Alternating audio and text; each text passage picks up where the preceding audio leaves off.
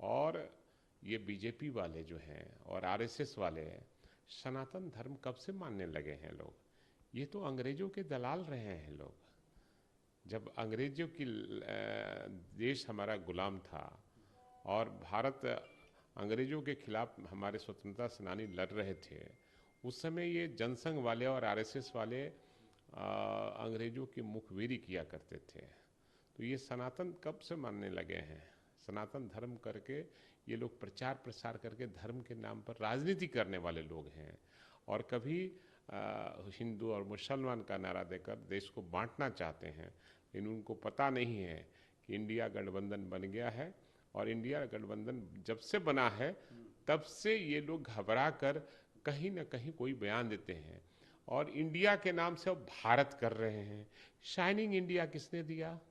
Startup India किसने दिया? और कई ऐसे जीतेगा भारत, जीते खेलो इंडिया, जीतो इंडिया और क्या पढ़ो इंडिया, कई तरह का नारा दिया है बीजेपी वालों ने। ये इंडिया अब इसके लिए भारत हो गया। जैसे ही इंडिया गठबंधन का गठन हुआ तब से ये घबराहट में लोग हैं। और घबराहट में पता नहीं, देश के महामहिम राष्ट्रपति भी जो निमंत्रण पत्र है उसमें लिखा जाता था प्रेसिडेंट ऑफ इंडिया इंग्लिश में और महामहिम राष्ट्रपति भारत, और इसमें लिख दिया है भारत को भी अंग्रेजी में लिख दिया है भारत। तो कहीं ना कहीं इंडिया गठबंधन से लोग घबराए हुए हैं, सहमे हुए हैं, डरे हुए हैं और जाना तय है। चूंकि ये बिहार है, बिहार के लोग जब जब अंगड़ाई लेता है तो देश में परिवर्तन होता है। चाहे 1942 9 अगस्त 1942 को याद कीजिए, फिर संपूर्ण क्रांति की याद कर दीजिए, और फिर 9 अगस्त 2022 को बिहार से ही महागठबंधन का गठन हुआ और यहाँ से नारा दिया बीजेपी गद्दी खाली करो, बीजेपी भगाओ, देश बचाओ का नारा लग चुका है। इसलिए घबराहट में ये लोग बोल रहे हैं। योगेश जी ने कहा कि जो रावण का अहंकार सनातन को नहीं मिटा सका, वो इन सत्ता के परजीवियों कैसे मिटा पाएंगे? सवाल है। भगवान कृष्ण का कल जन्माष्टमी पर कल और परसों 2 दिन मनाया गया और भगवान का अवतार हो गया है, कृष्ण जी आ गए हैं। और बीजेपी रूपी जो रावण है उसका भी नाश होना तय है। इसलिए ये लोग वही रावण है जिसको ये लोग पूजा करते हैं। जगदा बाबू ने एक बयान दिया, तिलक लगाने वाले लोगों ने गुलाम बनाया देश को, इसको लेकर बीजेपी काफी ज्यादा हमलावर। इनके पास कोई मुद्दा नहीं है ना बीजेपी। सवाल है ये लोग के बीजेपी वालों के पास मुद्दा नहीं है तो कोई ना कोई मुद्दा उठाएंगे।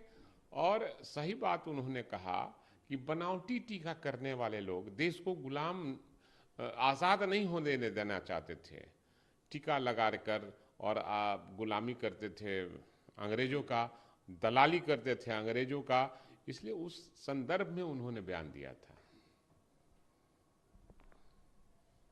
जिस तरीके से बीजेपी सवाल खड़े कर रही है आरक्षण को लेकर भी, मोहन भागवत ने बयान दिया, लालू यादव ने भी कहा ये लोग आरक्षण विरोधी है, क्या इस पे? नहीं, सबसे बड़ी चीज है कि आरक्षण विरोधी है, संविधान के साथ छेड़छाड़ कर रही है। और श्यामा प्रसाद मुखर्जी और सावरकर ये सब अंग्रेजों के दलाल थे। माफीनामा देकर और जेल से निकलने का काम किया था। ये अंग्रेजों की मुखबिरी किया करते थे और पहले देश की जनता से मोहन भागवत और बीजेपी के नेता देश की जनता से माफी मांगे कि हमारे पूर्वज और हम अंग्रेजों के दलाली किए हैं, माफ कर दीजिए जनता, तब हम लोग उस कोई बात करेंगे। ये तो कह रहे हैं कि अब हम लोग भी देंगे आरक्षण, जरूरी है। अरे सवाल है कि आरक्षण तो हमारा जन्मसिद्ध अधिकार है और संविधान में हमें प्रदत्त किया है आरक्षण, वो छीनेगा कैसे? और आदरणीय लालू प्रसाद यादव, नीतीश कुमार और तेजस्वी यादव के रहते हुए और महागठबंधन और इंडिया के नेता के रहते हुए ये आरक्षण छीनेगा? देश में रहने देंगे हम लोग? ये लोग अंग्रेजों के दलाल हैं। देश की जनता से पहले माफी मांगे ये लोग, तब बात करें हमसे।